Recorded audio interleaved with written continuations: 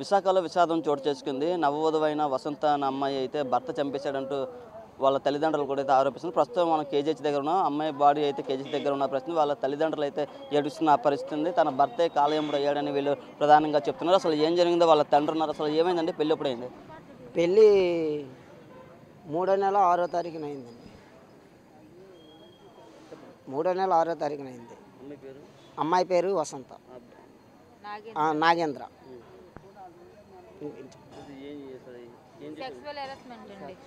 Sexual harassment, అత్త torture అన్నీ ఎక్కువగా ఉన్నాయి. నిన్న సాయంత్రం మాకు ఫోన్ చేసింది, మాట్లాడింది వాళ్ళ బావతోని. ఏం గొడవ పడ్డారో తెలీదు.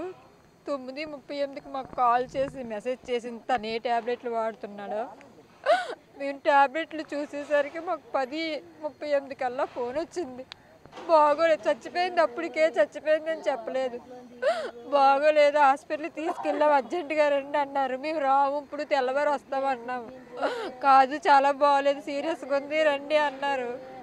అప్పుడు మేము వెళ్ళేసరికి చచ్చిపోయింది. లోపల తీసుకెళ్ళలేదు, ఇక్కడే పంపించేశారు డేరా హాస్పిటల్ గోపాలపట్నం. అవి సెక్స్కి సంబంధించిన ట్యాబ్లెట్లు వాడేవాడు. వాడి దాన్ని సెక్సువల్ హెరాస్మెంట్ చేశాడు బాగా. పెళ్ళి 8 నెలలు 9 నెలలు అవుతుంది. ఎలక్ట్రీషియన్ అని చెప్పారండి. వాళ్ళకి మండపం ఏదో లీజుకి తీసుకున్నారు, అది రన్ చేస్తున్నారు. మేము బాగుంటుంది కదా అనేసి మేము ఇచ్చేసాము. బ్యాగ్స్ మొత్తం అన్నీ పెట్టాం, పెళ్లి చేసాం. మేము చెయ్యలేదండి. సంబంధం మంచిది అన్నారు, బాగుంటది. మాకు దగ్గర అమ్మాయే తీసుకొచ్చిందండి సంబంధం. మాకు దగ్గర అమ్మాయే తీసుకురావడంతో ఆవిడేమో ఏం చెప్పిందంటే, మంచివాళ్ళు, కుటుంబీకులు చాలా మంచివాళ్ళు, ఉన్నవాళ్ళు, చేయని వాళ్ళు, గవర్నమెంట్ వాళ్ళు అందరూ చాలా మంచివాళ్ళు అని ఆవిడ చెప్పడంతో మేము మరి ఇంకా మన పిల్ల మనకి సంబంధం తీసుకొచ్చినప్పుడు మనకు తప్పుడుగా చెప్తుంది ఏంటనేసి మనం నిర్ణయం తీసుకున్నాం తప్ప, అంతేగాని మేము తప్పుడుగా ఆవిడ మీద మనం నిర్ణయం తీసుకోలేదు. ఆ తప్పుడుగా నిర్ణయం తీసుకోవడం వల్ల మనం ఎంక్వైరీ చేయకపోవడంలో ఈరోజు ఈ విషయాన్ని చోటు చేసుకున్నాం. మొదటి నుంచి ఇలాగే జరుగుతుందా? ముందుగా 1 మంత్ వరకు బాగానే ఉన్నారండి. 1 మంత్ వరకు మాకేం తెలీదు. 1 మంత్ నుంచి మా చెల్లి చెప్తుండేది. మేమే మా చెల్లినే తిట్టేవారు. ఈ రోజుల్లో ఇలాగే ఉంటుందమ్మా, కొంచెం అడ్జస్ట్ అయ్యి ఉండాలి, మారుతారు, వాళ్ళే మారుతారు అని చెప్పేవారు. మేమే అడ్జస్ట్ చేసి అలా మార్చి పంపించేవారు. అలాగే మొన్న కూడా వచ్చింది, 1 వీక్ ముందే వచ్చింది. నచ్చ చెప్పి పంపించాము. నచ్చ చెప్పి పంపిస్తే వెళ్ళింది. పాపం మా మాట కొట్టకన్నా, ప్రతిసారి మా మాట కొట్టకన్నా వెళ్ళింది. ఈసారి తిరిగి రాలేదంతే, అమ్మాయి తిరిగి వచ్చింది. వాళ్ళు ముందే వార్నింగ్ ఇచ్చారు మా అమ్మకి, మళ్ళీ ఇదే రిపీట్ అయితే అమ్మాయి మీ ఇంటికి వస్తుంది అన్నారు. అలాగే చేశారు. తను మాకు చెప్పేది కానీ మొత్తం డీటెయిల్స్ చెప్పలేదండి. ఇలా అని ఇలాంటి హెరాస్మెంట్ చేస్తున్నాడని చెప్పలేదు. అత్త మంచిది కాదు, అత్త మాట మొగుడు మాట ఒకటని చెప్పేది కానీ ఇలాంటి హెరాస్మెంట్ ఉందని చెప్పలేదు. మాకు రాత్రే తెలిసింది ఇలా వాడుతున్నాడు, ఇలా చేస్తున్నాడని.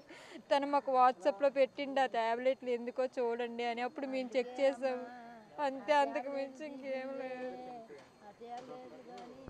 చెప్పండి, మీరేమవుతారు? తల్లి నవ్వుతాండ్రు నాయన, నా కూతుర్ని చంపిండ్రు, ఆ దాని తాలిబొట్టుతోనే దాన్నే చంపిండ్రు. ఆడు తొంగోలేదని చంపిండు, ఆడు చెక్స్ ట్యాబ్లెట్లు వేసుకొని ఆ కావరం మీద చంపిండు, ఆ బట్టలన్నీ చింపిండు. నేనేడు చెప్తానురా తమ్ముడా. ఎంక్వైరీ చేసుకోలేదా పెళ్ళికి ముందు? ఎంక్వైరీ చేసినాము. ఎంక్వైరీ చేస్తే అందరూ మంచోళ్ళే, అందరూ మంచోళ్ళే, అందరూ మంచోళ్ళే అన్నారు. ఎంత గొంతు కోతురు అనుకోలేదు రో నాయన. మంచోళ్ళు అన్నారు, మన ఊరు పక్క ఊరు, మనకు తెలిసిన వాళ్ళు అనేసి ఇచ్చేసినావు నాయన. ఆ ట్యాబ్లెట్లు ఇచ్చింది అమ్మ. ట్యాబ్లెట్లు వేసుకుంటాండి ఏటియో కానీ అంతే. నేనే సర్ది చెప్పినానమ్మా, మొగోడు కాదేటమ్మ వేసుకుంటాడు, కాపురం పోంగ కొట్టుకుంది వేటమ్మ అన్నాను. ఆ ట్యాబ్లెట్లు వేసుకుంది. నీకు ఆ మొత్తం ఏడు తెలుస్తుంది అని అడిగింది. నా కూతురు ఎంత నరకం చూసిందో. ఆ మొత్తం ఏడు తెలుస్తుంది అమ్మ నీకు. నేను కాదు పడతాను, వాళ్ళ మాటలు నమ్ముతారు, నా మాటలు నమ్మలేదు. ఈరోజు నమ్ముతామా? నా కూతురు ఉన్నదే వాళ్ళు వెళ్ళిపోతుంది. తెల్లారుజామునే మా అమ్మ కూతురుకు అలాంటి పని చేసినారు. అటు మధ్యాహ్నం 3 గంటలు, రాత్రి 3 గంటలకు ఫోన్ చేసి నీ కూతురు నా కాడ తొంగోలేదు, నా కాడ తొంగోలేదని ఫోన్ చేస్తాడు. నాయన అదే తొంగుంటుంది లేరా చిన్నపిల్ల, చిన్నపిల్ల అదే తొంగుంటుంది లేరా అన్నాము. ఆడెంత పని చేస్తాడు అనుకోలేదు నాయన, ఆడెంత పని చేస్తాడు అనుకోలేదు.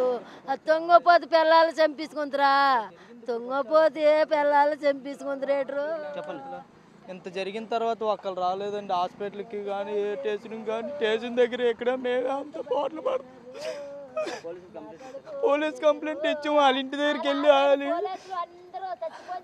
వాళ్ళ ఇంటి దగ్గరికి వెళ్ళి అడిగాము, అంతా చేసాము. వాళ్ళు ఒక్కరికి కూడా ఇంకా తెలియదమ్మా, వాళ్ళు పడుకొని ఉన్నారు, ఇంకా లేగలేదని అనుకుంటాము అని అంటారు. ఇంకా వాళ్ళ ఇంటికి వెళ్ళి మేము ఎంక్వైరీ చేస్తే రాత్రి 2 గంటలకు వెళ్ళారు. ఏంటనేది ఇంటి దగ్గర ఎవరికి తెలియదు అంటండి.